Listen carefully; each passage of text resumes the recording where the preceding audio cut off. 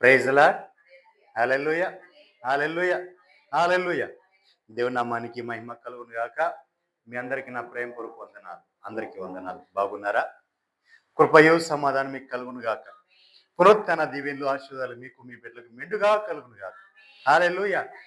చూడండి ప్రియులారా, ఈ మాసములో 2026వ సంవత్సరము జనవరి మాసంలో మొట్టమొదటి పునరుత్థాన దినంలో మనం ఉన్నాం. మరి ఈ దినం పరిశుద్ధాత్మ దేవుడు నీతో నాతో ఏం మాటలు తలించినారో అట్టి మాటలు మనం ధ్యానించుకుందాం. మన వినికిడిలో స్థిరపరచబడును గాక. ప్రభువే మనకు సహాయము చేయును గాక. ఆమేన్. కొలసీలకు రాసిన పత్రిక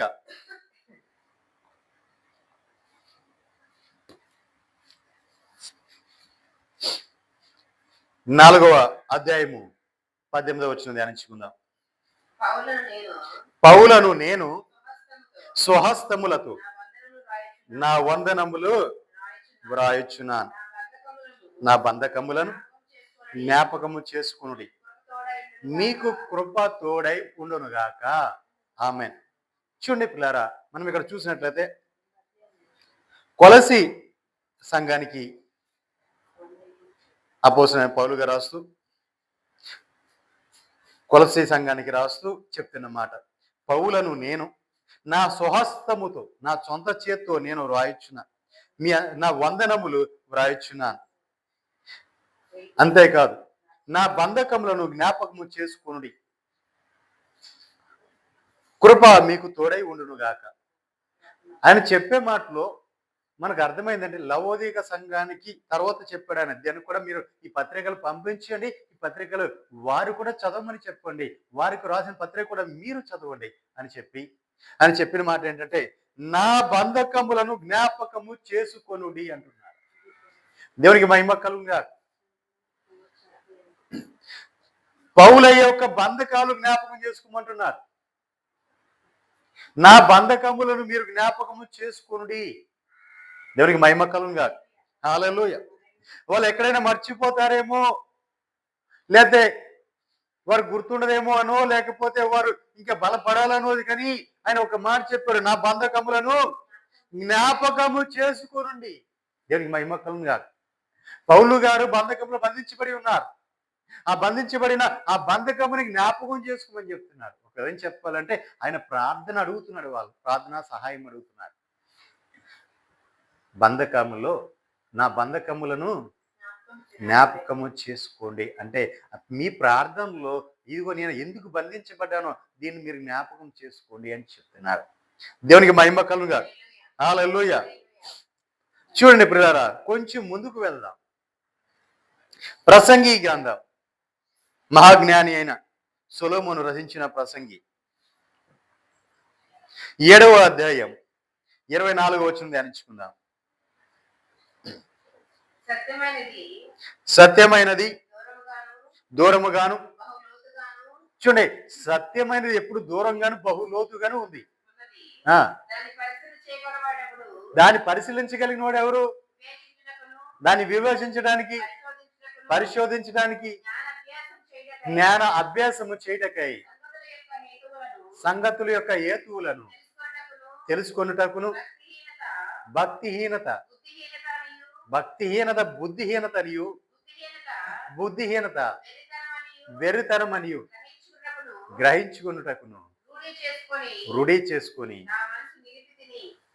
అసలు ఇది తెలుసుకోవాలి, నేనేంటి, ఈ నీతి ఏంటి, సత్యం ఏంటి, ఎందుకు దూరంగా ఉంది, ఎందుకు లోతుగా ఉంది, అసలు వీటి విషయం నేను తెలుసుకోవాలని ఆయన ఏం చేశాడు, తన మనసును నిలిపాడంట.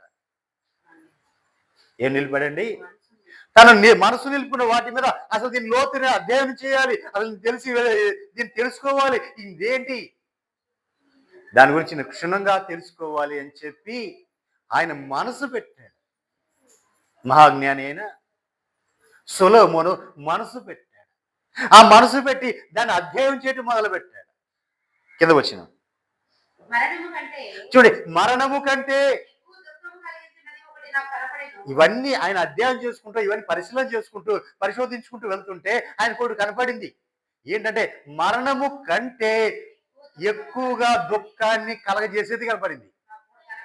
దేవునికి మహిమ కలుగుగా. చూడండి, అది ఏంటి ఆయన కనపడింది ఏంటంటే వలల వంటిదై. అమ్మా, వలల వంటిదైంది. రెండోది ఉరుల వంటి మనసు కలిగి ఉంది. బంధకముల వంటి చేతులు కలిగిన స్త్రీ. దేవునికి మహిమ కలుగునుగా. హల్లెలూయా. చూడండి ప్రియులారా, ఒకటి వలల వంటి ఊరలోకి, అది రెండు బంధకముల వంటి చేతులు కలిగింది, మూడోది ఆమె ఆ స్త్రీ ఎలాంటిదంటే వలల వంటిది. ఆ వలలో పడిన అన్నాడు కూడా చిక్కుకున్నాడు, బయటికి రాలేడు. చేప వలలో పడిందండి, అది బయటకు వస్తుందా? రాలేదు. రెండోది ఉరుల వంటి మనసు. చూడండి, ఆ మనసు ఎలాంటి ఉరులు ఉక్కుతూ ఉంటది, ఉచ్చులు వేసేది, ఉరులు ఉక్కేది. ఒకటి వలల వంటిది, రెండు ఉచ్చుల వంటిది, ఉరులు. మూడోది బంధకమ్ములు కలిగిన చేతులు కలిగిన స్త్రీ. బంధకమ్ములు. ఇక ఆ బంధకములు బంధించబడిన, ఆ ఊరిలో ఒక్కబడిన, ఆ వలలో చిక్కుకున్న ఎన్నడూ కూడా బయటికి రాలేని అటువంటిదే స్త్రీ. దేవునికి మహిమ కలుగునుగా. హల్లెలూయా. చూసారా ప్రియులారా, ఆ ఆది కాలంలోనే ఆదామే బయటికి రాలేకపోయాడు. ఆది కాలంలో ఆదామే బయటికి రాలేకపోయాడు. మా అమ్మగారిని అవుతుంది. దేవునికి మహిమ కలుగునుగా. హల్లెలూయా. ఆ ఆది కాలంలో ఆదామే బయటికి రాలేకపోయాడు.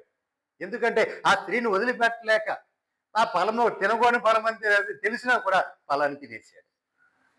దేవునికి మహిమ కలుగునుగా. హల్లెలూయా.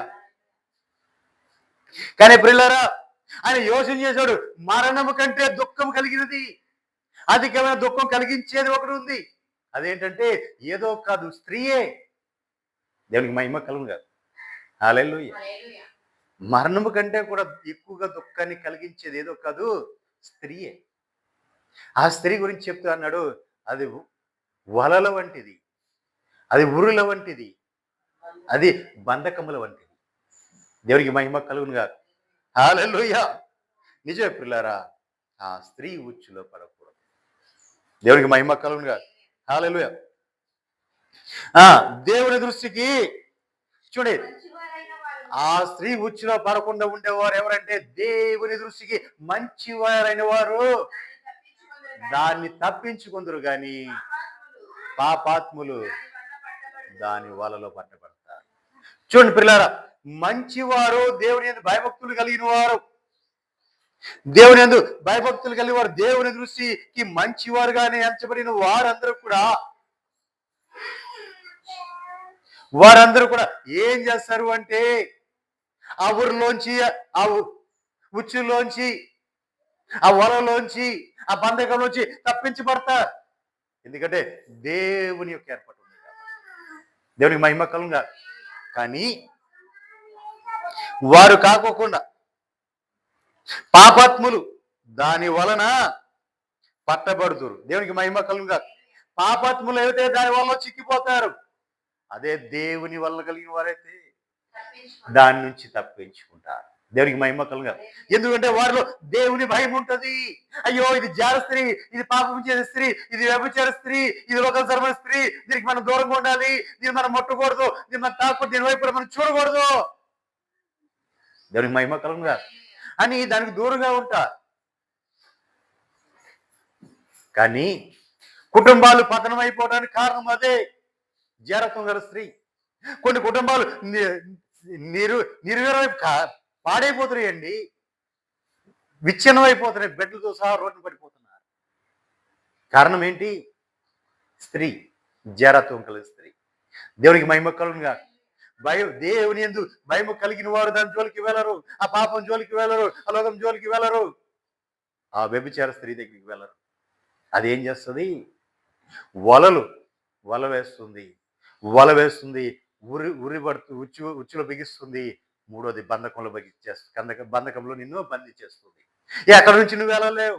ఇక నీ భార్య, నీ బిడ్డలు అందరూ రోడ్డు పడాల్సిందే.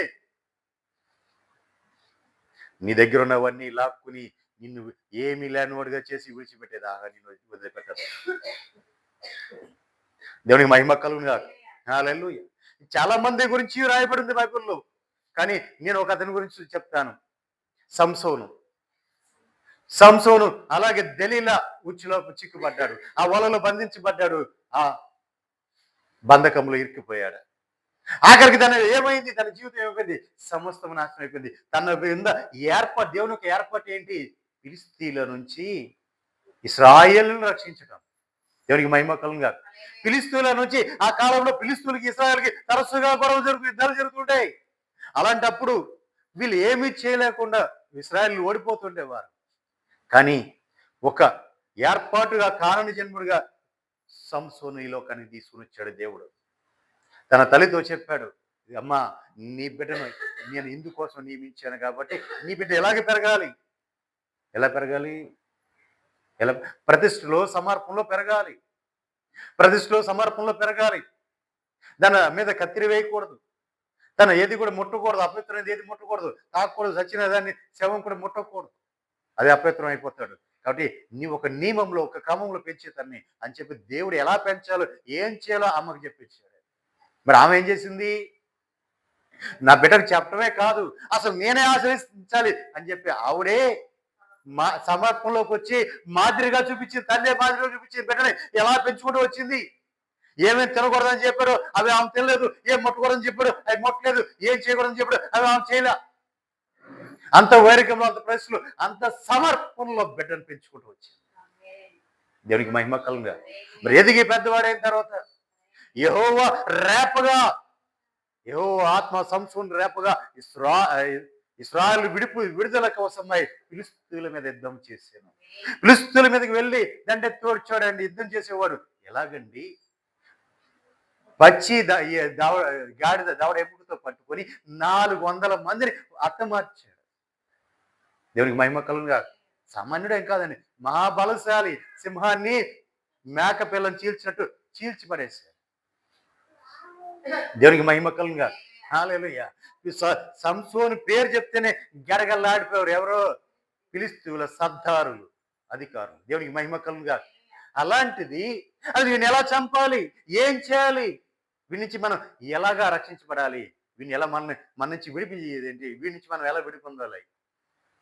వీడిని ఏం చేసి హతమార్చాలి అని ఆలోచన చేసి ఆ వేశ్య దగ్గరికి వెళ్ళి దెలీలా దగ్గరికి వెళ్తే దెలీలా ఏం చేసింది? సంసోన్ని వల వేసింది. సంసోన్ని బంధకంలో బంధించింది. సంసోని మీద ఉరి ఒగ్గింది. ఆ ఊరిలో చచ్చిపోయాడు సంసోను. పలుమార్లు అడిగింది, శోధించి చెప్పే వరకు కూడా వదిలిపెట్టలేదు. నీ బలం ఎక్కడుంది? అది ఇంత బలం నీకు ఎలా వస్తుంది? నువ్వు చెప్తావా లేదా? ఎంతగా లాలించింది. బైబిల్లో రాయబడి ఉంది.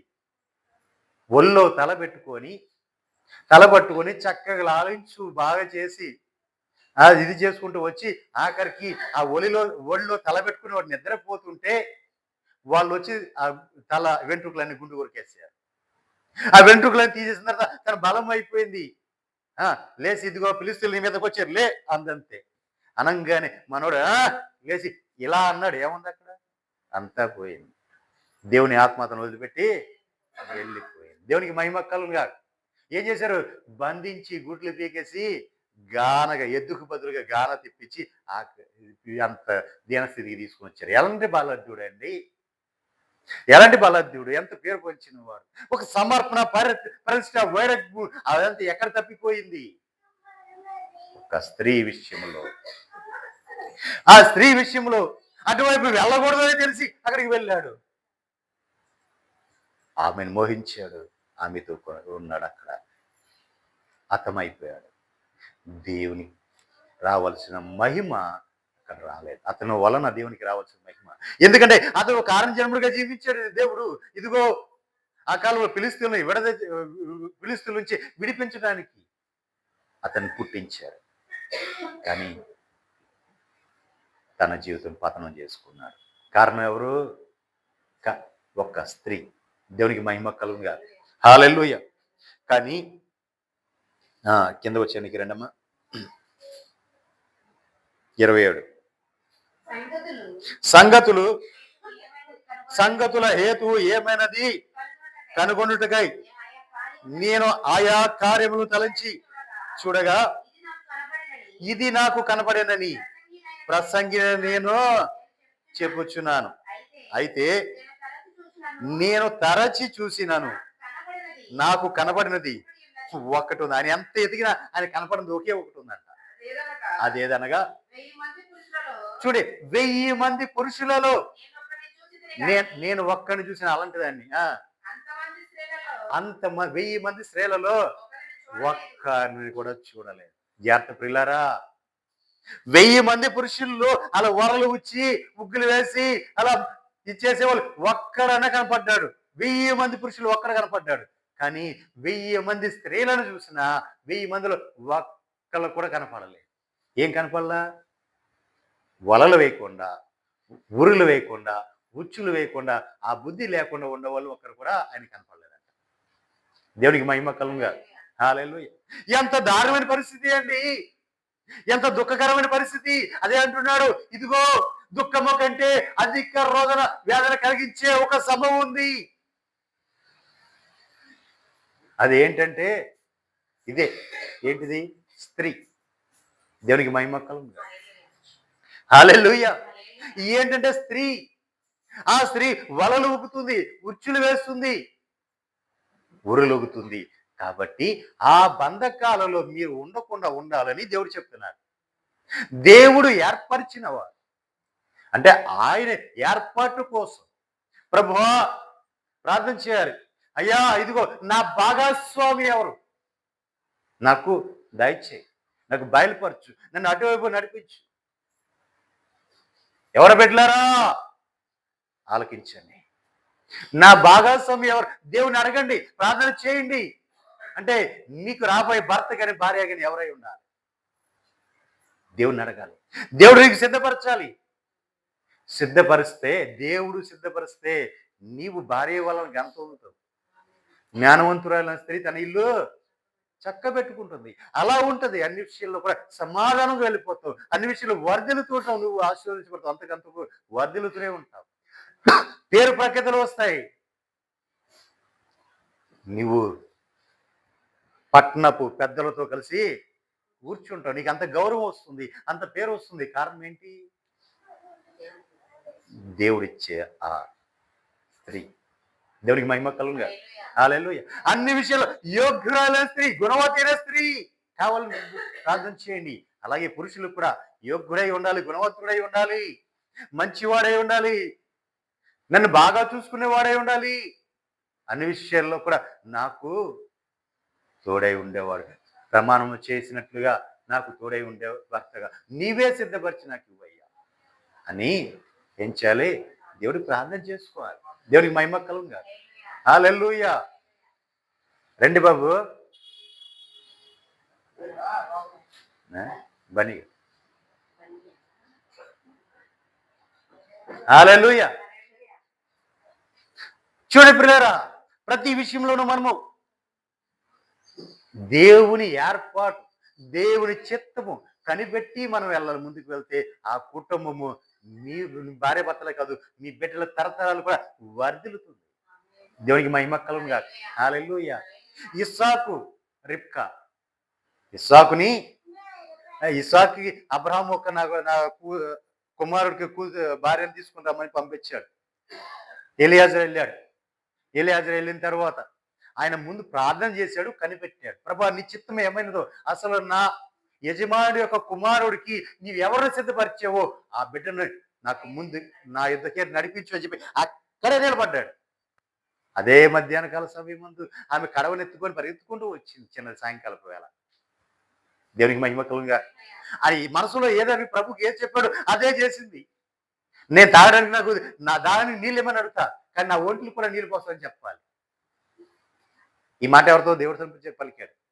దేవుడితోనే పలికాడు. నేను దానికి ఇమ్మని అడిగితే ఆ చిన్నది నా ఒంట్లు కూడా నీళ్ళు పోయాలి, 10 ఒంట్లకు నీళ్ళు పోయాలి అని చెప్తే నీళ్ళు ముంచుకుని ఏమి చూడాల అక్కడ ఆయన అక్కడ నుంచి ఉన్నాడు, ఒంట్ల దగ్గర నుంచి ఉన్నాడు. అదేం పరుచుకులో వచ్చింది, పరిగెత్తుకుంటూ వచ్చింది, ఆ బావిలోకి దిగింది, నూతిలోకి వెళ్ళింది, నీళ్ళు ముంచుకుంది, పైకి వచ్చింది. అది చాలా లోతు గల బావి. ఆ కాలంలో మనలాగా చేదుకునే బావులు కాదు అవి. మెట్లు కలిగి లోపలికి దిగాలి, దిగి కడవెత్తుకొని మళ్ళీ పైకి రావాలి. ఆ బావిలో పరిగెత్తుకుంటూ పైకి వచ్చింది, వెళ్ళిపోతుంది తన ఇంటికి. గబగబా వెళ్ళిపోతుందని చెప్పి గబగబా పరిగెత్తుకుంటూ వెళ్ళి అడ్డం పడి, అమ్మా నాకు కొంచెం దాహం నీళ్ళు.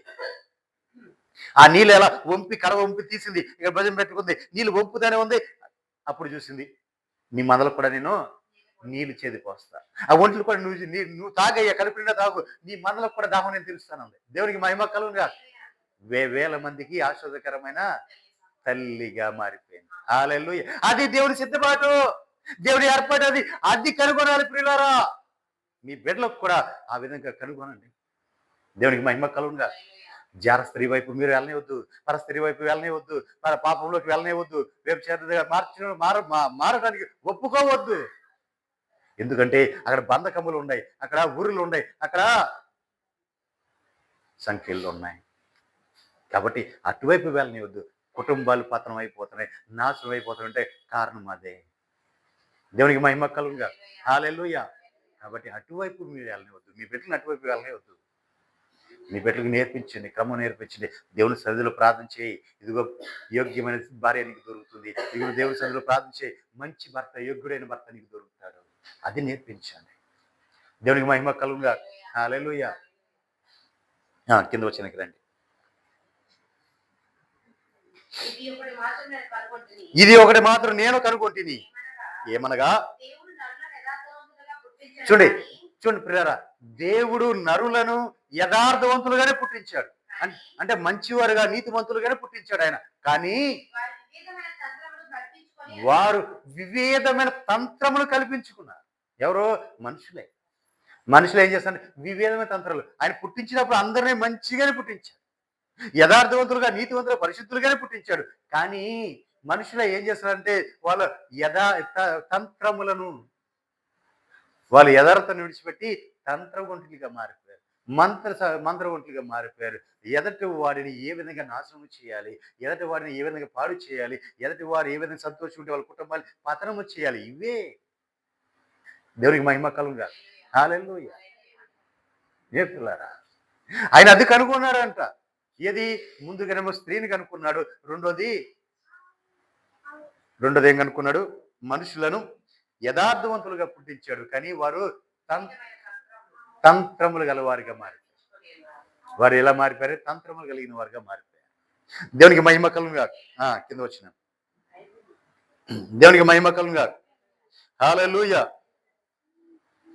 వారు వివిధ తంత్రములు కలిగిన వారుగా పుట్టించబడి ఉన్నారు. నిజమే పిల్లారా, నీవు ఏ స్త్రీ బంధకములో ఉన్నావు? ఏ బంధకములో నువ్వు ఉన్నావు? స్త్రీ బంధకములు ఉన్నావా? పాపం అనే బంధకంలో ఉన్నావా? లోకం అనే బంధకంలో ఉన్నావా?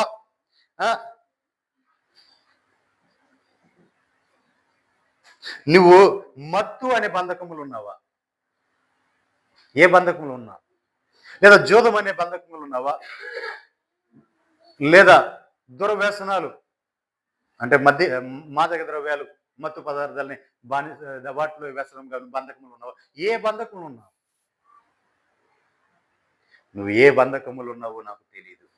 నా ప్రభు నీతోనే మాట్లాడుతున్నాడు. ఓ యవన బిడ్డ, యవన రాలా, నువ్వే బంధకములు ఉన్నావు?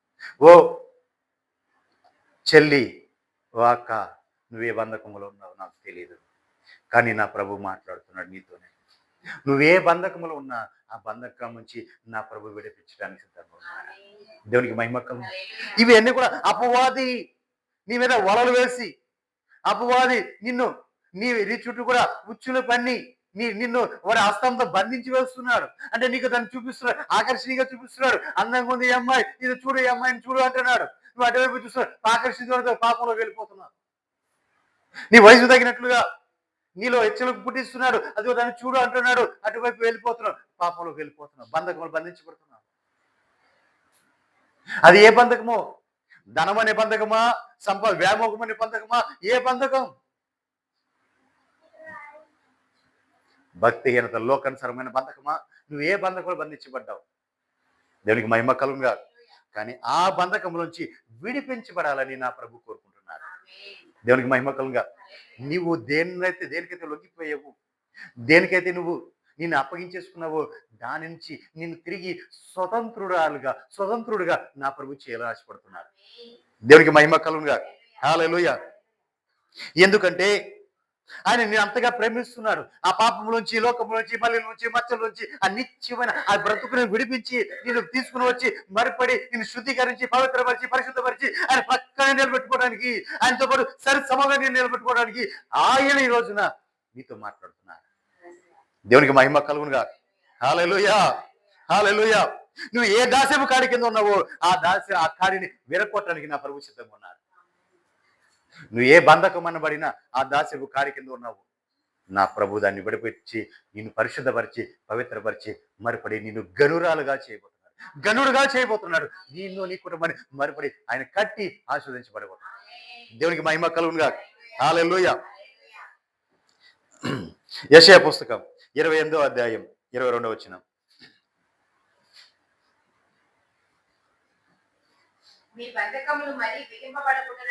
చూడండి, మీ బంధకములు మరీ బిగింపబడకుండానట్లు మీరు పరిహాసులై ఉండొద్దు.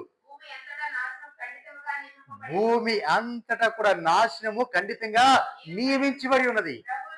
ప్రభువును సైన్యములకు అధిపతి యెహోవా వలన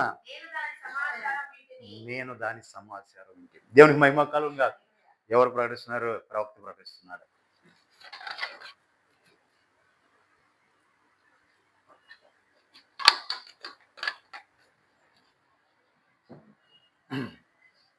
ప్రవక్త ప్రకటిస్తున్నాడు అక్కడ, నేను దేవుడి వల్ల ఈ సమాచారం విన్నాను, భూమి అంతా ఖండితంగా నాశనం కాబోతుంది.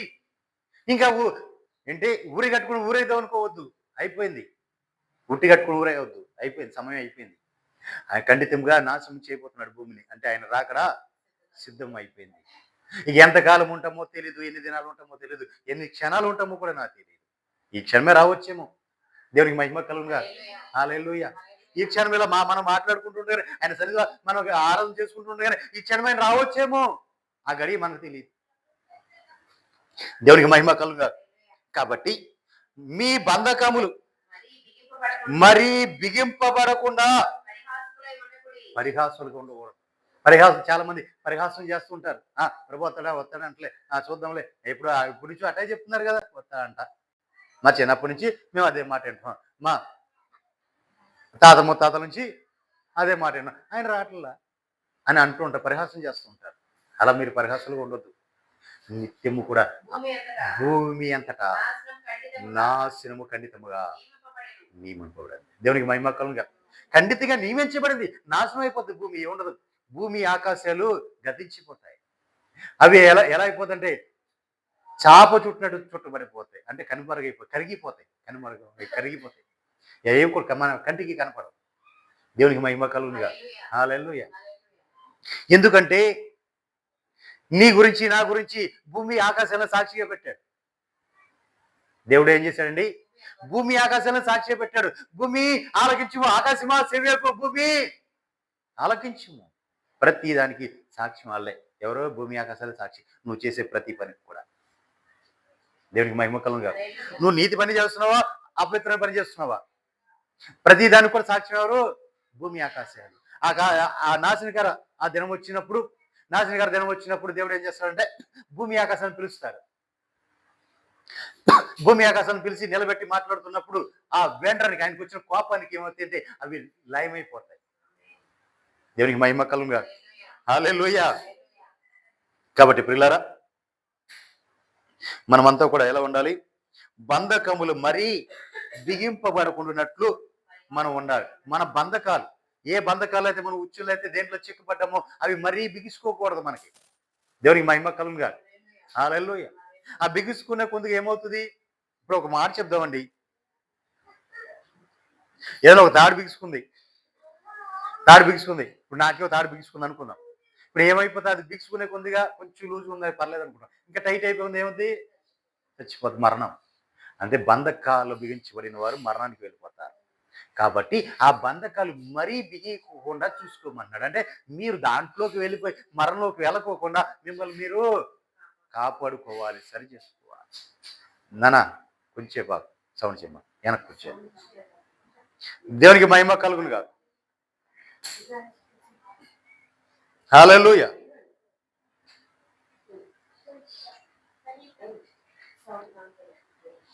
భూమి అంతటా ఖండితముగా నాశనము నియమిపడాను. ప్రభు వలన నేను దాన్ని తెలుసుకుంటున్నాను. ప్రభు దేవునికి మహిమ కలుగును గాక. హల్లెలూయా. మరి అపోస్తలుడైన పౌలు గారు అంటున్నారు, ఈ బంధకములు శ్రమలు నా కొరకు కనిపెట్టుకుని ఉన్నాయి. అమ్మ అది తీసుకోండి, లేదంటే అదే సౌండ్ వస్తూనే ఉంటుంది.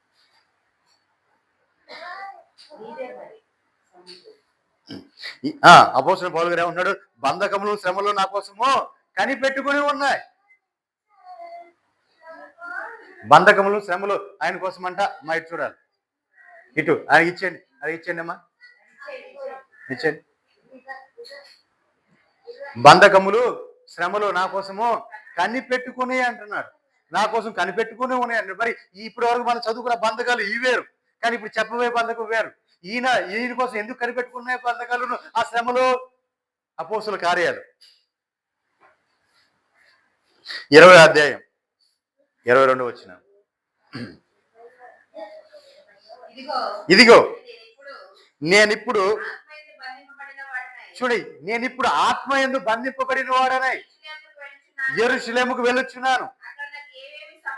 అక్కడ నాకు ఏవేవి సంభవించునో తెలియదు గాని బంధకములను శ్రమలను నా కొరకు కాచుకొని ఉన్నవని పరిశుద్ధాత్మ ప్రతి పట్టణములోను నాకు సాక్ష్యం ఇస్తున్నాడని తెలియదు. దేవునికి మహిమ కలుగుగా. ఇదిగో నేను యెరూషలేముకు వెళ్తున్నా, అక్కడ నా కోసం ఏమేమి కాసిపెట్టి సిద్ధంగా ఉన్నాయో నాకు తెలియదు, కానీ నేను వెళ్తున్న ప్రతి పట్టణంలో కూడా నాకు బయలుపరచబడుతుంది ఏంటంటే, అక్కడ నాకు బంధకములను శ్రమలను నా కోసం ఎదురు చూస్తున్నాయి. దేవునికి మహిమ కలుగుగా. అవి నా కోసం కాచుకొని, నేను ఎప్పుడు వస్తానా అని కాచుకొని ఉన్నాయి, ఎదురు చూస్తున్నాయి నా కోసం. ఏంటిది? బంధకములను శ్రమలు ఆయన కోసం ఎదురు చూస్తున్నాయంట. మరి ఈయన ఏమంటున్నాడు? మనమైతే ఏమంటాం? అమ్మో అక్కడికి వెళ్తే శ్రమ ఉంది, అక్కడికి వెళ్తే బాధ ఉంది, అక్కడికి వెళ్తే బంధకం ఉంది, నేను అటు వెళ్ళం, నీటే ఉంటాను అంటాను. కానీ మరి ఆయన ఏమంటున్నాడు? వెళ్ళటానికి ఇష్టపడుతున్నాడు. అన్ని తెలుసు కూడా, ముందే తెలుసు కూడా అక్కడికి వెళ్ళడానికి ఇష్టపడుతున్నాడు. ఆయన నా కోసం ఎదురు చూస్తున్నాయి, నేను ఎప్పుడు వస్తానో ఎదురు చూస్తున్నాయి, ఇదిగో నేను వస్తున్నా. దేవునికి మహిమ కలుగును గాక.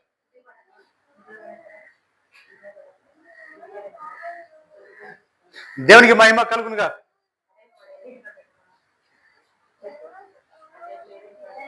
నిజమే పిల్లరా, ఆయన కోసం ఎదురు చూస్తున్న బంధకాలు, ఆయన కోసం ఎదురు చూస్తున్న ఆ శ్రమలు కనిపిస్తున్నాయి ఆయనకి.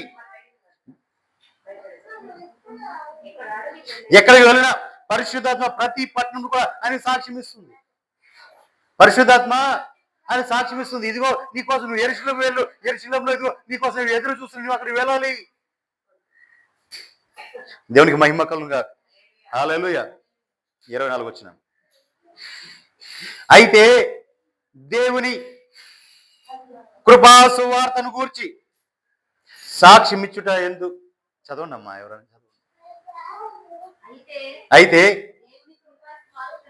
అయితే దేవుని కృపా సువార్తను గూర్చి సాక్ష్యమిచ్చుట ఎందు నా పరుగును నేను ప్రభువైన యేసు వలన పొందిన పరిచర్యను తుదముట్టించవలెనని నా ప్రాణమును నాకెంతగానో ప్రియమైనదిగా ఎంచుకున్నట్లేదు. దేవునికి మహిమ కలుగుగా. హల్లెలూయా. చూసారా పిల్లరా? అమ్మ ఒకసారి చదవండి. అయితే నేను కృపా సువార్తను గూర్చి సాక్ష్యం ఇచ్చుట యందు నా పరుగును నేను ప్రభువైన యేసు వలన పొందిన పరిచర్యను తుదముట్టింపవలెనని నా ప్రాణము నాకెంతో ప్రియమైనదిగా, నాకెంత మాత్రము ప్రియమైనదిగా నేను ఎంచుకోవట్లా. దేవునికి మహిమ కలుగుగా. నా ప్రాణము నాకెంత మాత్రం ప్రియమైనదిగా నేను ఎంచుకోవట్లా. ఎందుకంటే నేను పొందిన పరిచర్య, నేను చేసే పరిచర్య అది తుదముట్టించాలని ఆశ కలిగి ఉన్నా. ఏం చేయాలని తుదముట్టించాలి అంటే ఆ పని పూర్తి చేయాలి. అది నేను కంప్లీట్ చేసే వరకు దేవుడు నాకు భారాన్ని పెట్టాడు. ఆ భారాన్ని నేను కంప్లీట్ చేసే వరకు కూడా నా ప్రాణము నాకు ఎంత మాత్రం ప్రియమైనదిగా నేను ఎంచుకోవట్లా. దేవునికి మహిమ కలుగుగా. ఆయన ప్రాణం అంతా ఎంతవరకు కూడా ప్రియమైనదిగా మన మీద మనకు ప్రాణభీతి చాలా ఉంటది. కానీ ఆయన అంట్లా ఇది నా ప్రభువు చిత్తము తుదముట్టించే వరకు, నా ప్రభు నాకు అప్పగించింది నేను దాన్ని ముగించే వరకు కూడా నా ప్రాణమును నాకు ప్రేమగా నేను ఎంచుకోవట్లా. అంటే అది మరణం అక్కడ నాకు ఉందని తెలుసు, అక్కడికి వెళ్ళి చచ్చిపోతానని తెలుసు. అయినా సరే నేను అక్కడికి ఎలా ఆశపడుతున్నా. ఎక్కడికి? యెరూషలేము. దేవునికి మహిమ కలుగుగా. హల్లెలూయా అని చెప్తున్నాడు. ఇదిగో దేవుని రాజ్యముల గురించి ప్రకటించుచు నేను మీ మధ్య సంచరించుచుంటిని. మీలో ఎవరు ఇక మీదట నా ముఖము చూడరని. దేవునికి మహిమ కలుగుగాక. చూసారా పిల్లారా, నేను దేవుని రాజ్య సువార్తను ప్రకటించుకుంటూ వెళ్తున్నా. దేవుని రాజ్యం గురించి నేను ప్రకటించుకుంటూ వెళ్తున్నా. ఏం ప్రకటిస్తున్నాడండి ఆయన? దేవుని రాజ్యం గురించి ప్రకటిస్తున్నాడు. ఇదిగో మీరు మారు మనసు పొంది మీరు సిద్ధంగా ఉండండి, ప్రభు రాకడ సిద్ధంగా ఉండండి. అదిగో సమయం ఆసన్నం అయిపోయింది, వాగ్దానాలు నెరవేరిపోయి, ప్రవచనాలు నెరవేరిపోయి, ఇక ఆఖరి గడిలో మనం ఉన్నాం, ఆఖరి నిమిషంలో ఉన్నాం, కృపాకాలం ముగిరి ఆ క్షణంలో మనం ఉన్నాం. రే ఆ నీటి ఆఖరిని కట్టేద్దాం. అక్కడ మా తాడు పట్టరా. దేవునికి మహిమ కలుగునుగా. ఇక ఆఖరి క్షణంలో మనం ఉన్నాం. ఇక్కడ ఆఖరి క్షణంలో ఆయన రాజ్య విస్తరణకై, ఆయన రాజ్య వారసులుగా చేయడానికి ఆయన ప్రయాసపడుతున్నాడు. దేవునికి మహిమ కలుగుగా. దేవునికి మహిమ కలుగుగా. చదవనమ్మా, ఆ మాట చదవండి. చూడండి, ఇక మీలో ఎవరు కూడా నా ముఖము అసలు చూడండి, అన్ని తెలిసి కూడా అంటే చూడండి నిశ్చయం. ఇక అక్కడికి వెళ్తే మరణం ఉందని తెలుసు, అక్కడికి వెళ్ళిపోతాడు. వెళ్తూ సంగతం చెప్తాడు. ఇక మీదట మీరెవరు కూడా నా ముఖము చూడరు. అంటే మరి కూడా ఇక నేను రాకపోవడం అంటే మామూలు ఊరు వెళ్ళిపోయి నేను అక్కడ ఉండిపోతాను కాదు, చచ్చిపోతాను అని అర్థం. ఆయన అక్కడ చచ్చిపోతాను, మరణం అక్కడ ఉందని తెలుసు కూడా, చచ్చిపోతానని తెలుసు కూడా అక్కడికి వెళ్ళిపోతున్నాడు. ఎందుకంటే దేవుని యొక్క చిత్తము నెరవేర్చడానికి. దేవునికి మహిమ కలుగుగా.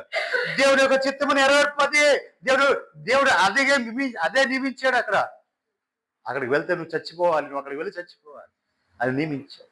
మోషేకు నియమించాడు. మోషే ఇదిగో ఈ పర్వతం ఎక్కు. నువ్వు మోషే నెబో పర్వతం ఎక్కాడు. పర్వతం ఎక్కిన తర్వాత చూడు, ఇదిగో నేను ఇశ్రాయేలుకి ఇవ్వబోతున్న భూభాగం చూడు, ఇదే పాలు తేనెలు ప్రవహించే కానాను చూడు అన్నాడు. చూసిన తర్వాత మోషే ఇక నువ్వు ఇక్కడ చచ్చిపోతావు, యెహోషువని పంపించే అన్నాడు. దేవునికి మహిమ కలుగుగా. మోషే యెహోషువని పంపించేశాడు. అక్కడే మోషే చనిపోయాడు. దేవునికి మహిమ కలుగుగా. దేవునికి మహిమ కలుగుగా. చూడండి ఎప్పుడారా, అక్కడతో మోషే ఆ పర్వతం ఎక్కాడు, కిందకి దిగిరాల, చనిపోయాడు అక్కడ. దేవునికి మహిమ కలుగుగా. అంటే ఇక్కడతో ముగించిపోతుంది. ముందుగానే చెప్తున్నాడు తన భక్తితో, తన సేవకుడితో ముందుగానే చెప్పాడు, ఇదిగో నువ్వు ఇక్కడ చనిపోతావు, ఈ పర్వతం ఎక్కి ఇక చాలు, ఇప్పుడు నాకు చేసిన సేవ చాలు, దేవునికి మహిమ కలుగుగా. అపోస్తలుడైన పౌలు కూడా అదే చెప్పాడు. ఏమని చెప్పాడు? ఇదిగో ఇవన్నీ చూసుకుని నువ్వు అక్కడికి వెళ్తావు, అక్కడికి వెళ్ళంగానే నువ్వు చనిపోతావు అని ముందే ప్రతి పట్టణంలో కూడా నాకు సాక్ష్యం కనపడుతుంది. ఏంటంటే అదిగో నువ్వు అక్కడికి వెళ్ళంగానే శ్రమలు, బాధలు, బంధకాలు నీకు ఎదురుగా కనపడుతున్నాయి. దేవునికి మహిమ కలుగుతుంది. హల్లెలూయా. అక్కడికి వెళ్ళంగానే పట్టుకుంటావు. ముందుగానే చెప్పాడు దేవుడు. ఎప్పుడు? దమస్కు మార్గంలో అపోస్తలుడైన పౌలు గారిని దర్శించినప్పుడే, సౌలును పౌలుగా మార్చినప్పుడే అప్పుడే చెప్పాడు. అననీయతో చెప్పాడు. ఏమని చెప్పాడు తెలుసా? అననీయ అడిగాడు, ప్రభువా ఇదిగో నీ ప్రజలు హింసించిన వాడు, నీ సంఘాన్ని ద్వేషించిన వాడు ఇప్పుడు కూడా ఎందుకు వచ్చాడు అనుకున్నారు ఇక్కడికి? ఇక్కడ సంఘంగా కూడుకుంటున్నారని చెప్పి మీ ప్రజల్ని మీ నామం ఆరాధించే వారిని చెరపట్టుకొని వెళ్ళడానికి, వాళ్ళు బంధించడానికి ఇక్కడికి వచ్చాడు. అలాంటి వాడిని పోయి నన్ను వారి దగ్గర వెళ్ళి ప్రార్థన చేయమంటావు ఏంటి ప్రభు అని అడిగాడు అననీయ. అననీయత అంటాడు కదా, ప్రభు అననీయ నీవు వెళ్ళి అతని కనుల మీద చేతుల నుంచి ప్రార్థన చేస్తే అతను చూపి వచ్చినట్టుగా అతను దర్శనం చూశాడు. వెళ్ళు. రెండోది, ఇదిగో నా నామం నిమిత్తం అతను ఎన్ని బాధలు, ఎన్ని శ్రమలు పడాలో, నా నామం నిమిత్తం అతను ఎన్ని బాధలు, శ్రమలు అనుభవించాలో నేను ఇతనికి చూపుతా. అతడితో చెప్పాడు. దేవునికి చాలండి, దేవునికి మహిమ కలుగు. చూసారా, ముందుగానే చెప్పాడు దేవుడు ఏమని, ఇతడు నా కోసం ఎన్ని శ్రమలు పడాలో, ఎన్ని బాధలు పడాలో అవన్నీ కూడా అతడు నా నామం కోసం అనుభవించాలి. అందుకే అతను నేను ఏర్పరచుకున్నా. ఒక ఏర్పాటు అది. దేవునికి మహిమ కలుగ. ఒక సేవకుడు ఏర్పాటు అది. రోగాలు వచ్చి, అనారోగ్యాలు వచ్చి, తినదరక్క నాకు ఆపద వచ్చింది, నాకు ఇది రోగం వచ్చిందంటే కాదు. దేవునికి మహిమ కలుగును కాదు. హల్లెలూయా. అది కాదు, అతని ఎడల ఏర్పాటు. దేవునికి మహిమ కలుగును కాదు. ఆ బంధకాలు, బాధలు దేవుడు నాతో చెప్పాడు, ఇదిగో నువ్వు ఎక్కడ ఉంటే నీకు పేరు వస్తుంది, ఘనత వస్తుంది, ధనం వస్తుంది. దీనికోసం నువ్వు ఇక్కడ ఉంటావా? ఈ సంఘంలో నువ్వు ఉంటే నీకు ఘనత, పేరు, ధనం వస్తాయి. కానీ నాతో ఉంటావా? నా దగ్గర ఉంటే నువ్వు నీకుగా నిలబడాలి. అన్ని శ్రమలు దినదినము నువ్వు శ్రమ పడుతూనే నా సేవ చేస్తావు. సేవ చేయాలని ముందుగా చెప్పాడు. దేవునికి మహిమ కలుగుగా. దినదినము సేవ చేస్తూనే ఈ శ్రమలు అనుభవిస్తూనే సేవ చేయాలి. నెమ్మదిగా ఒకరోజు కూడా ఉంటుందని చెప్పాలి ఆయన. దినదినము కూడా నీవు శ్రమ అనుభవిస్తూనే సేవ చేయాలన్నాడు. ప్రభువా, అవన్నీ నాకెందుకయ్యా, అవన్నీ నాకెందుకయ్యా, నీవు లేనిది నాకు వద్దు, నువ్వు నాకు తోడుగా ఉంటాను, నేను వచ్చేస్తాను. దేవునికి మహిమ కలుగుగా. బయటకు వచ్చేసా. దేవునికి మహిమ కలుగుగా. హల్లెలూయా. అందరూ అన్నారు, రకరకాలుగా మాట్లాడారు. దేవుని ఏర్పాటు, దేవుని చిత్తం ఎవరి ఎడల ఏమైనదో అది ఆయన మాత్రమే నిర్ణయించగలరు. ఆయన మాత్రమే దానిని జరిపించగలరు. దేవునికి మహిమ కలుగుగా. హల్లెలూయా. నిజ ప్రియులారా,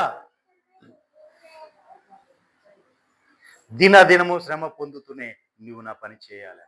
దానికి నేను ఒప్పుకున్నా. నువ్వు నాకు తోడుకుంటే ఎన్ని శ్రమలైనా నేను జయిస్తాను ప్రభు. దేవునికి మహిమ కలుగునుగా. హల్లెలూయా.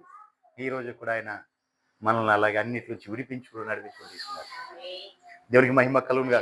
హల్లెలూయా. ఆయన ఒక్కసారి చేయి పట్టుకున్నాడు అంటే ఎన్నడూ కూడా ఆయన విడిచిపెట్టే దేవుడు కాదు. దేవునికి మహిమ కలుగునుగా. హల్లెలూయా.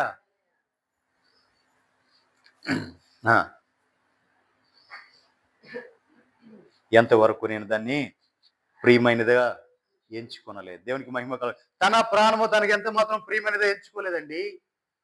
తన ప్రాణము తనకు ప్రియమైనదిగా ఎంత మాత్రం ఎంచుకోలే. ప్రతిదే క్రీస్తే, సావైతే లాభం. దేవునికి మహిమ కలుగుగా. హల్లెలూయా. ఫిలిప్పీయులకు రాసిన పత్రిక 1వ అధ్యాయం 12వ వచనం.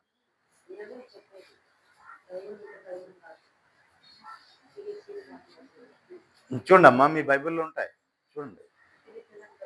ఫిలిప్పీయులకు రాసిన పత్రిక 1వ అధ్యాయం 12వ వచనం. సహోదరులారా, నాకు సంభవించినవి. చూడండి, ఆయనకి సంబంధించిన శ్రమలు, ఆయనకి సంబంధించిన బంధకాలు, ఆయనకు సంబంధించిన బాధలు ఇప్పుడు ఆయన చెప్తున్నారు. సహోదరులారా, నాకు సంభవించినవి సువార్త మరి ఎక్కువగా ప్రబలమగుటకే సమకూడేనని మీరు తెలుసుకోవాలని అనుకుంటున్నాను. దేనివల్ల ఇప్పుడు ఆయనకు వచ్చిన బంధకాలు కానీ, ఆయనకు వచ్చిన శ్రమలు కానీ, ఆయనకు వచ్చిన బాధలు కానీ, ఆయనకు వచ్చిన ఇబ్బందులు కానీ, అవన్నీ ఆయనకు వచ్చిన కష్టము కానీ, ఆయనకు వచ్చిన కరువు కానీ, ఇవన్నీ కూడా వస్త్రహీనత కానీ దేనికి వచ్చాయి అనుకుంటున్నారు? దేనికి వచ్చాయి? సువార్త వలన వచ్చాయి. సువార్త వలన అంటే ఆయన బోధిస్తున్న బోధ వలన, ఆయన చేస్తున్న పని వలన అవన్నీ కూడా ఆయన కలిగాయి. ఈ బంధకాలు, బాధలు, కష్టాలు, కన్నీరు, ఇబ్బంది, ఇక్కట్లు, ఈ ఆర్థిక ఇబ్బందులు, పేదరికము, ఆహారలేమి, ఇవన్నీ కూడా ఎందుకు కలిగాయి? వస్త్రహీనత, ఇవన్నీ ఎందుకు కలిగాయి అంటే ఆయన సువార్త ప్రకటించటం వలన కలిగాయి. ఎలాగనగా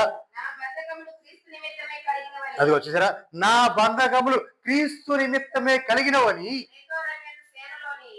అమ్మా, ప్రేతోరమ్యను శ్రేణలోని వారికందరికి, తక్కిన వారికందరికి స్పష్టమాయను. అంటే వాళ్ళకు తెలుసు నా అసలు నాకు ఎందుకు బంధకాలు వచ్చినాయో వారికి తెలుసు. అవి స్పష్టమైన వాళ్ళు గ్రహించగలిగారు. ఇవేటి వల్ల నాకు ఈ బంధకాలు, ఈ కష్టాలు, ఈ కన్నీరు ఇవంతా ఎందుకు వచ్చాయి అనేది, ఈ శ్రమల బాధలు ఎందుకు వచ్చాయి అనేది వారికి తెలుసు అని చెప్తున్నారు. మరియు చూడండి, సహోదరులైన వారిలో ఎక్కువ మంది నా బంధకముల మూలముగా ప్రభునందు స్థిర విశ్వాసము గలవారై నిర్భయముగా దేవుని వాక్యము బోధించుటకు మరి విశేష ధైర్యం తెచ్చు. హల్లెలూయా! ఇదండి, బంధకం చూసి పారిపోవటం కాదు, శ్రమ చూసి పారిపోవటం కాదు, దాన్ని చూసి పరిగెట్టడం కాదు. ఏంటంటే శ్రమలో ఎలా ఎదుర్కొన్నాడు, ఎలా జయించాడు, ఎలా నిలబడ్డాడు, దేవుడు ఎలా సహాయం చేశాడు, అది చూసిన వాళ్ళు అనేకులు ఇష్టపడ్డారంట. దేవునికి మహిమ కలుగుగా. అనేకులకు ఈ రోజున ఆయన మాదిరికరంగా ఉంటాడు. కారణం ఏంటి? నేను క్రీస్తు పోలి నడుచున్నా, నువ్వు నన్ను పోలి నడుచు అని చెప్పగలిగిన సమర్థత ఆయనలో ఉంది. అంత కృప పొందినవాడండి. దేవునికి మహిమ కలుగునుగా. హల్లెలూయా! నిజం పిల్లారా, అనేకులకు మాదిరిగా ఎంత కృప పొందాడు. ఎన్ని శ్రమలు అనుభవిస్తాడండి. దేవుడే నియమించాడు శ్రమ అనిపించడానికి, సంతోషంగా అనిపించేశాడు. మరణమైన జీవమైన నాకు ఆయనతోనే. దేవునికి మహిమ కలుగునుగా. హల్లెలూయా! ఒక శ్రమ కాదు, ఒక బాధ కాదు, ఆయన అనుభవించింది. క్రీస్తు పొందిన నిత్యము నేను అనుభవించానని చెప్పాడు. అంటే క్రీస్తు ఈ లోకంలో ఎన్ని శ్రమలు అనుభవించాడో అన్ని శ్రమల్లో ఆయన ఎక్కడెక్కడ ఏదైతే వదిలిపెట్టాడో ఆ మిగిలిపోయినన్ని కూడా ఈయన మోసి అనుభవించాడు. అందుకే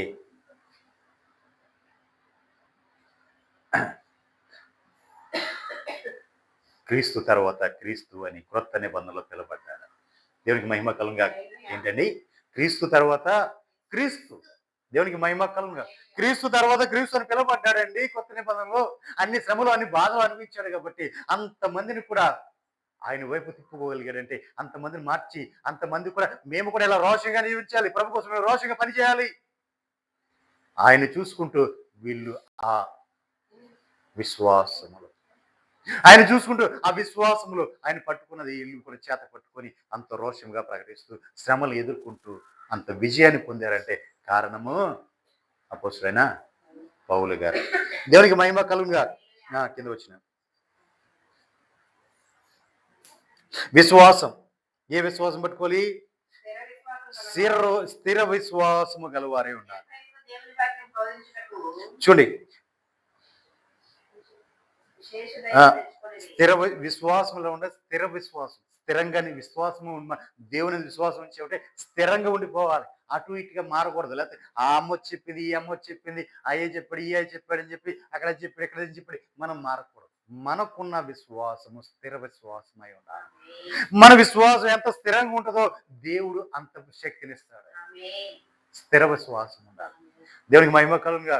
అది మన విశ్వాసం, మన విశ్వసించ స్థిరంగా మన విశ్వాసం ఉన్నాం. కానీ లోకులు కాకులు అంటారు, రకరకాలుగా మనలోకి వస్తూ ఉంటాయి, చెవులకు వస్తూ ఉంటాయి. అలా చేసి పర్లేదు, ఏం కాదు. ఇప్పుడు ఇది తినకూడదు అని ఖచ్చితంగా దేవుడు చెప్పాడు. ఇంకొక ఆయన ఏమంటాడు, తిన్నా ఏం కాదు, ప్రార్థన చేసుకుని తింటే దాంట్లో ఏ దోషమో లేదు అంటారు. ఇప్పుడు ఏమైపోద్ది? దేనికి మొగ్గు చూపుతావు? అదేముంది, దాన్ని చూస్తే లొట్టలు ఊరుతున్నాయి, ఏం చెప్తావు? కానీ దేవుడు తినవుతున్నాడు, అప్పుడు దాన్ని ఇంకా చూస్తాం. అమ్మ చేసింది అదే కదండి. ఎవరు? అమ్మ చేసింది ఏంటి? నిశ్చయంగా దీన్ని తిన్న రోజు మీరు సత్తారు అని చెప్పి దేవుడు చెప్పారు. కానీ అప్పటి వరకు దాన్ని ఇంక కూడా చూడాల. పక్క ఒకడు వచ్చాడు, వాడు వచ్చి ఇదిగో నువ్వు అది తిన్నావంటే నువ్వు కూడా దేవతలాగా దేవుడిలాగా అయిపోతారు మీరు. అది చూడు ఎంత అందంగా ఉందో చూడు అన్నాడు. చూడంగానే ఎట్లుంది? అందంగా కనపడుతుంది, రమ్యంగా కనపడుతుంది, నోరు ఊరిపోతుంది అమ్మకి. ఎప్పుడు తినేద్దామా, ఇప్పుడు తినలేదు, ఎప్పుడు తినేద్దామా అని. దేవునికి మహిమ కలుగుగా. ఏమైంది? తిన్న రోజునే చచ్చిపోయారు. దేవునికి మహిమ కలుగుగా. కాబట్టి ప్రియులారా, ఎదటి వాడి మాట మనం వినకూడదు. దేవుడు చిత్తము మనం ఎరగాలంటే మనం స్థిర విశ్వాసం కలిగి ఉండాలి. ఏ విశ్వాసం అండి? మన విశ్వాసం స్థిరంగా ఉండాలి. అబ్రహాము దేవుని మాట నమ్మినది అతనికి నీతిగా ఎంచబడింది. అబ్రహామును పిలిచాడు దేవుడు. ఆ మాట ఎటువైపు ఎలా తెలియదు, ఏమో తెలియదు. అప్పుడు దేవుడు ఎలా ఉంటాడో తెలియదు. పైన ఒక మాట వినపడిందంటే అబ్రహామా అన్నాడంతే.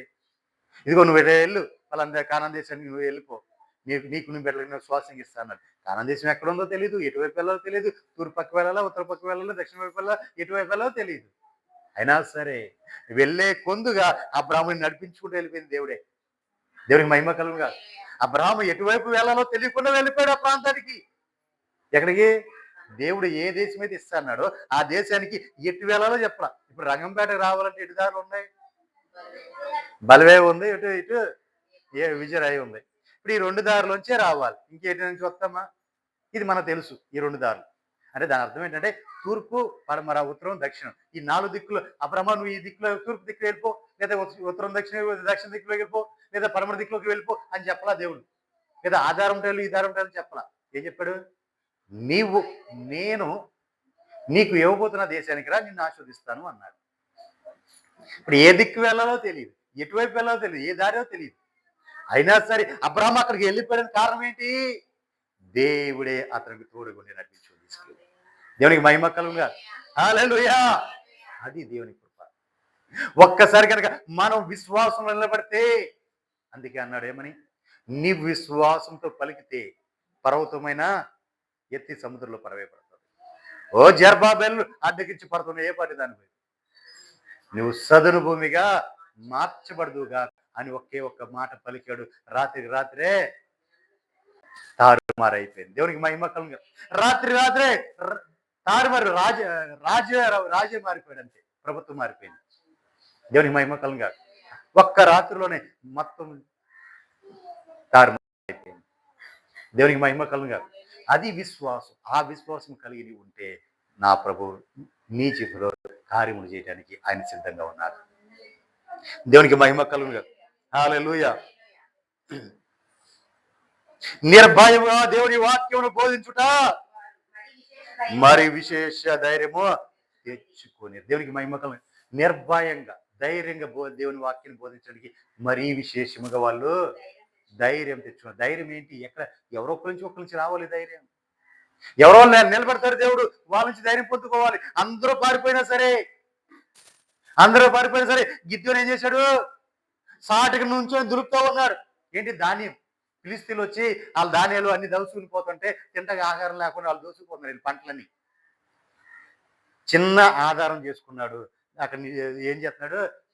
ధాన్యం దులుపుకుంటున్నాడు. గిద్యోని పిలిచి ఇశ్రాయేల్ మీద యుద్ధాన్ని ప్రకటించు అని చెప్తారు. ఎవరో ఇశ్రాయేల్ పోగు చేసి నీవు ఫిలిస్తీన్ల మీద యుద్ధాన్ని ప్రకటించు రా అన్నాడు. ఫిలిస్తీన్లు కాదండి. ఎవరు వాళ్ళు? గిద్యోని కాలంలో వచ్చినారు అమాలేకులు, మిద్యానీలు, అమాలేకులు. ఎలా వచ్చారు వాళ్ళు? వాళ్ళ ఒంటిలే సముద్రపు ఇస్కరేణువుల్లా కనపడుతున్నాయంట. మిడతల వల్లే ఉన్నారంట జనం. అంతమంది గుంపు కూడా వచ్చారు. కానీ విజయం ఎంతమంది తెచ్చాడు గిద్యోనికి? 300 మంది. 300 ప్రొటెక్షన్స్. దేవునికి మహిమ కలుగుగా. 300 మంది విజయం ఇచ్చాడు. ఎంతమంది? లెక్కకు మించి లెక్కలేనంత ఇస్కరేణువుల్లా ఉండేవారు. 300 మంది విజయం. మిద్యానీలు, అమాలేకులు, తూర్పు వారును. చూడండి, లెక్కకి ఎలా ఉన్నారు? మిడతల వలె ఉన్నారు. ఆ మైదానంలో వాళ్ళు పడుకుని ఉంటారు. వారి ఒంటెలు చూసారా? వాళ్ళు వేసుకునే వాటిని ఎక్కువ వచ్చిన ఒంటెలే సముద్ర ఇసుకరేణువు, తీరంలో ఉన్న ఇసుకరేణువు వలె లెక్కలేనివై ఉన్నాయి. మరి అంతమందికి 300 మందితో విజయాన్ని ఇచ్చారు. దేవుని మహిమ కలుగు. ఎంత గొప్ప దేవుడు అండి. అది కూడా 300 మంది కూడా యుద్ధం చేశారా? చేయలా. దేవునికి కీర్తిస్తూ స్తుతిస్తూ కేకలు వేశారంతే. ఆ కేకలకి మొత్తం సర్వనాశనం అయిపోయారు. దేవునికి మహిమ కలుగుగా. అంతటి ఘన విజయం ఇవ్వగలిగిన మన దేవుడు. కారణం ఏంటి? మనము ధైర్యముగా ఉండాలి. ఆయన సన్నిధిలో విశ్వాసము, నిలకడైన స్థిరమైన విశ్వాసము కలిగి, నిబ్బరమైన మనసు కలిగి ధైర్యంగా ఉంటే చాలు, మన ప్రభు కార్యం చేస్తారు. దేవునికి మహిమ కలుగుగా. హల్లెలూయా. సువార్తను ఎలా ప్రకటించాలని? ధైర్యముగా ప్రకటించాలి. దేవునికి మహిమ కలుగుగా. దేవుని వాక్యము బోధించుటకు మరి విశేషముగా ధైర్యము తెచ్చుకునేది. దేవునికి మహిమ కలుగుగా. హల్లెలూయా. 15వ వచనం.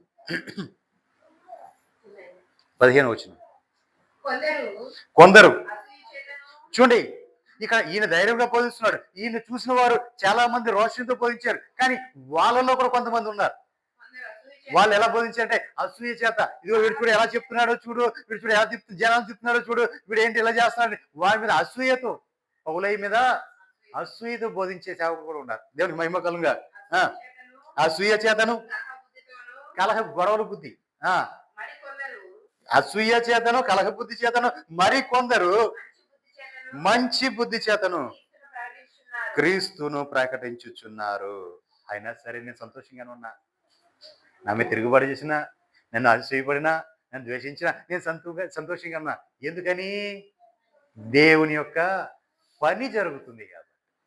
దేవునికి మహిమ కలుగును కాదు. హల్లెలూయా. దేవుని పని అక్కడ జరుగుతుంది. చదవమ్మా ఆ వచనం. అసూయ చేతను కలహ బుద్ధి చేతను మరి కొందరు మంచి బుద్ధి చేతను క్రీస్తును ప్రకటించున్నారు. వారైతే చూడండి, వారైతే నా బంధకముల చేత కూడా నాకు శ్రమ తోడు చేయవలని తలంచుకుని శుద్ధ మనసుతో కాక, శుద్ధ మంచి మనసుతో కాకుండా ఏం చేస్తారు? కక్షతో క్రీస్తుని ప్రకటిస్తున్నారంట. దేవునికి మహిమ కలుగునుగా. హల్లెలూయా. శుద్ధ మనసు, మంచి మనసుతో కాకుండా కక్ష బుద్ధితో దేవుని ప్రకటిస్తున్నారంట. కక్ష. దేవునికి మహిమ కలుగునుగా. హల్లెలూయా. అంతేనా? కక్షతోనేనా? మంచి బుద్ధితోనా? దేవునికి మహిమ కలుగునుగా. హల్లెలూయా. కింద వచ్చిన వీరైతే నేను సువార్త పక్షమున వాదించడానికి నియమింపబడి ఉన్నానని ఎరిగి ప్రేమతో, కొంతమంది ఏమో ప్రేమతో ప్రకటిస్తున్నారు, కొంతమంది ఏమో కక్షతో ద్వేషంతో ప్రకటిస్తున్నారు, అసూయతో ప్రకటిస్తున్నారు.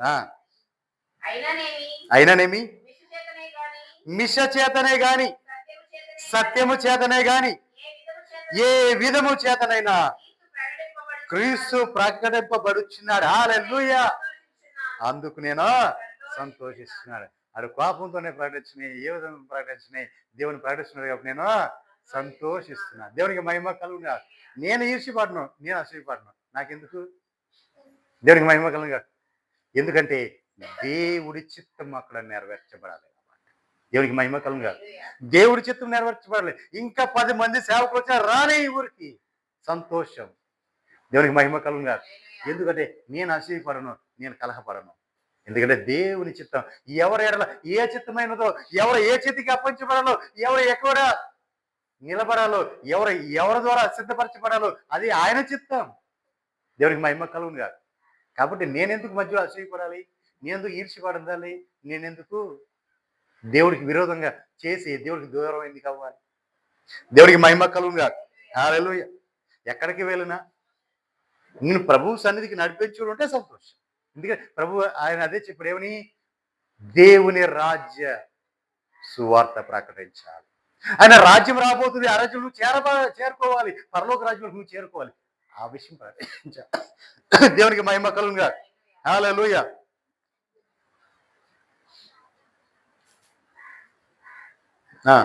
కింద వచ్చా 19. మరియు నేను ఏ విషయంలోనూ సిగ్గుపడక ఎప్పటి వలనే ఇప్పుడును, చూడండి, నేను ఏ విషయంలో సిగ్గుపడక ఎప్పటి వలె, ఎన్ని బంధకాలు వచ్చినా, శ్రమలు వచ్చినా, ఎన్ని ఇబ్బందులు వచ్చినా నేను ఇప్పుడు కూడా సిగ్గుపడక ఎప్పటి వలనే ఇప్పుడు కూడా పూర్ణ ధైర్యంతో బోధించుట వలన చూడండి, నేను బ్రతికిన బ్రతుకు మూలంగానైనా సరే, నా సావు మూలంగానైనా సరే,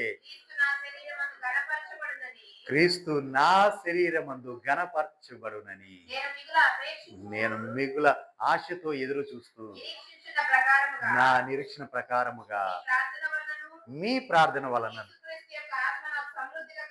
యేసుక్రీస్తు యొక్క ఆత్మ నాకు సమృద్ధిగా కలుగుట వలనను ఆ ప్రకటన నాకు రక్షణార్థంగా ప్రకటించునని నేను ఎరుగుతున్నా. హల్లెలూయా. అంటే చూడండి, నేను బ్రతికిన చచ్చిపోయిన నా వలన ఆయనకి ఏం కావాలి? ఆయన గణపరచబడాలి. దేవుడికి మహిమ కలుగుగా. హల్లెలూయా. నేను బ్రతికితే నాకు మేలు, చచ్చినా నాకు మేలు. ఎందుకంటే నా బ్రతుకు మూలంగానే సరే, నా మరణము మూలంగానే సరే, క్రీస్తు ఈ శరీరమందు క్రీస్తు కనపరచబడాలి. హల్లెలూయా. దేవునికి మహిమ కలుగునుగా. హల్లెలూయా. పూర్ణ ధైర్యంతో బోధించుచున్నాను. 20 వచనం.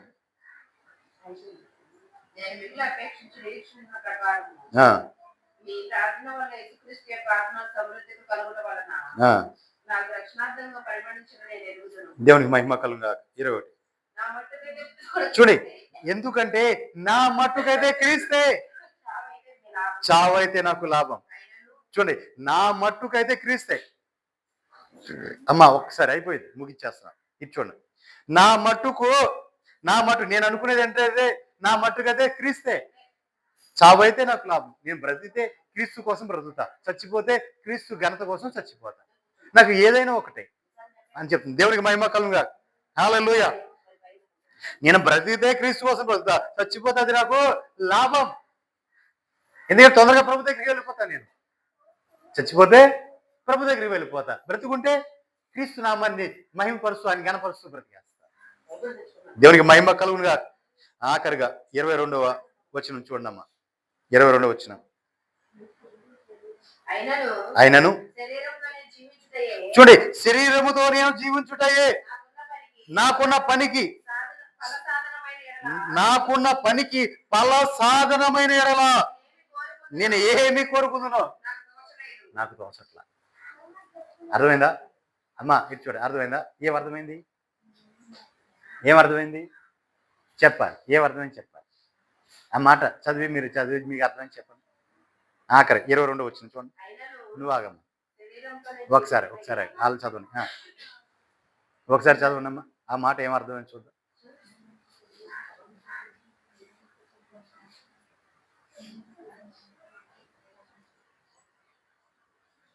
చదవండి, మీకు ఏమర్థం చూడండి. దాని అర్థం ఏంటి? ఇప్పుడు ఆయన బ్రతుకుండాలన్నా చచ్చిపోవాలన్నా? ముందు పైన 21వ వచనంలో ఉంది. 21వ వచనంలో ఏముంది? నా మట్టుకైతే బ్రతుక క్రీస్తే, చావైతే నాకు లాభం అన్నాడు. ఇప్పుడు కింద వచ్చేవాళ్ళకి ఏమన్నాడు ఆయన? శరీరముతో నేను జీవించుటయే నాకున్న పనికి ఫల సాధనమైన ఎడల నేను ఏమి కోరుకోవాలేనో నాకు తోచట్లా. ఇప్పుడు నేనేం కోరుకోవాలి? బతకాలని కోరుకోవాలా, చచ్చిపోవాలని కోరుకోవాలా? బ్రతికి ఇంక ఫలించాలి. ఏది? ఇంకా ఆత్మలు అనేకులు సమకూర్చి ఫలించాలి. ఇది దేవునికి చిత్తమైతే ఇది జరగని, లేని ఎడల నేను చచ్చిపోవడం సిద్ధమైతే అది జరగని. కానీ ఈ రెండిట్లో ఇప్పుడు ప్రభు నా ముందు ఈ రెండు పెట్టాడు. నేను ఏది కోరుకోవాలో నాకు అర్థం కావట్లేదు అంటున్నాడు. చచ్చిపోతే వెంటనే ప్రభు సన్నిధికి వెళ్ళి ప్రభు పక్కన కూర్చుంటాడు, ప్రభు సన్నిధిలో ఉంటాడు. బ్రతికితే ఈ బంధకాలు, బాధలు, ఇబ్బందులు, శ్రమలు ఇవన్నీ అనుభవించుకుంటా ఇక్కడ ఉండాలి. ఇప్పుడు ఏం కోరుకోవాలి? ప్రభువా, మా ఆయనతో ఈ గొడవ పడలేకపోతాను, తొందరగా తీసుకెళ్ళిపో. దేవునికి మహిమ కలుగునే ఆయన అంటారా? ఆ ప్రార్థన కాదు. ఆయన అధిక కోరుకోవట్ల. అనేకులు ఫలము ఏమవ్వాలి? ఫల సాధకం అవునట్లు నేను బ్రతికితే అనేకులు ఫల సాధకం అవునట్లు నేను బతకాలి. లేదా నేను ప్రభు సన్నిధికి వెళ్ళిపోతే హ్యాపీగా ఉంటాం. ఇప్పుడు నేను రెంట్లో ఏది కోరుకోవాలి అని నాకు అర్థం కావట్లేదు అన్నాడు. వాస్తవం ఏంటంటే ఆయన బ్రతికి ఉంటే ఇంకా అనేకులను ప్రభు తట్టు తిప్పి ఉండేవాడు. దేవునికి మహిమ కలుగునుగా. కానీ అలా అని చెప్పి ఆయన ఎక్కడ ఇదవలా, ఆయన మరణము ద్వారా కూడా అనేకులు ఈ రోజున మనం కూడా ఆ ధైర్యము, ఆ రోషము, ఆ పౌరుషము కలిగి ఉన్నాం. దేవునికి మహిమ కలుగునుగా.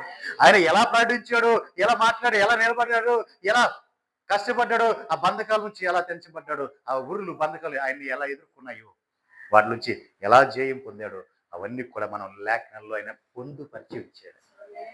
ప్రతిదీ కూడా లేఖనంలో పొందుపరిచి ఇచ్చాడు. కాబట్టి ఈ రోజున మనం ఇంత ధైర్యంగా ప్రకటించగలుగుతున్నాం. దేవునికి మహిమ కలుగునుగా. హల్లెలూయా, హల్లెలూయా.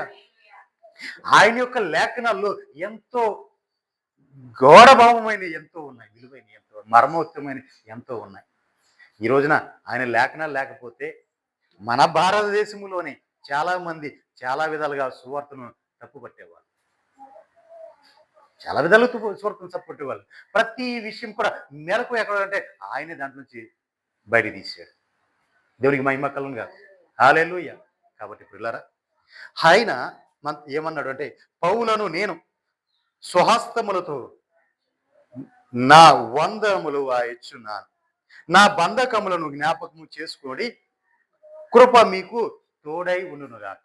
ఆయన బంధకాలు జ్ఞాపకం చేసుకోమంటున్నాడు. అంటే ఆయన ఎందుకు బంధించబడ్డాడు, ఎందుకు శ్రమలో ఉన్నాడు, ఎందుకు బాధలు అనిపించాడు, ఎందుకు ఇక్కట్లు అనిపించాడు, ఎందుకు పేదరికం అనిపించాడు, ఎందుకు దరిద్రత అనిపించాడు, ఇవన్నీ ఎందుకు అనుభవించాడు అనేది నీవేం చేయాలి?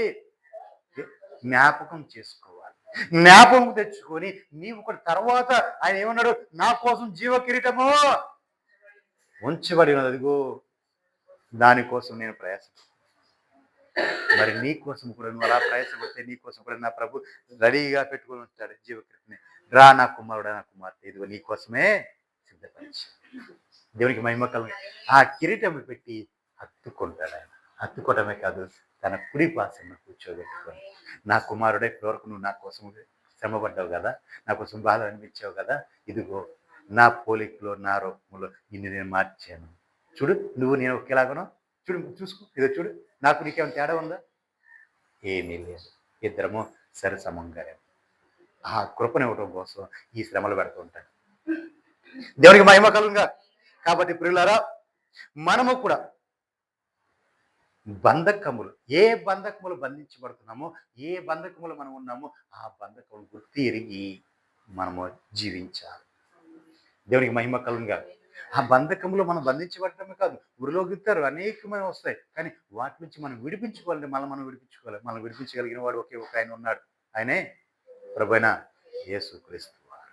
ఆయనకి మనం అప్పగించుకుందాం. ఆయన చిత్తము మన ఎడల ఏమైనదో దాన్ని మనం కనిపెడదాం. ప్రార్థన చేసుకుందాం. ప్రార్థన చేసుకుందాం. అందరూ కూడా కళ్ళు మూసుకుందాం. స్తోత్ర స్తోత్ర స్తోత్ర స్తోత్ర స్తుతి స్తుతి స్తోత్ర.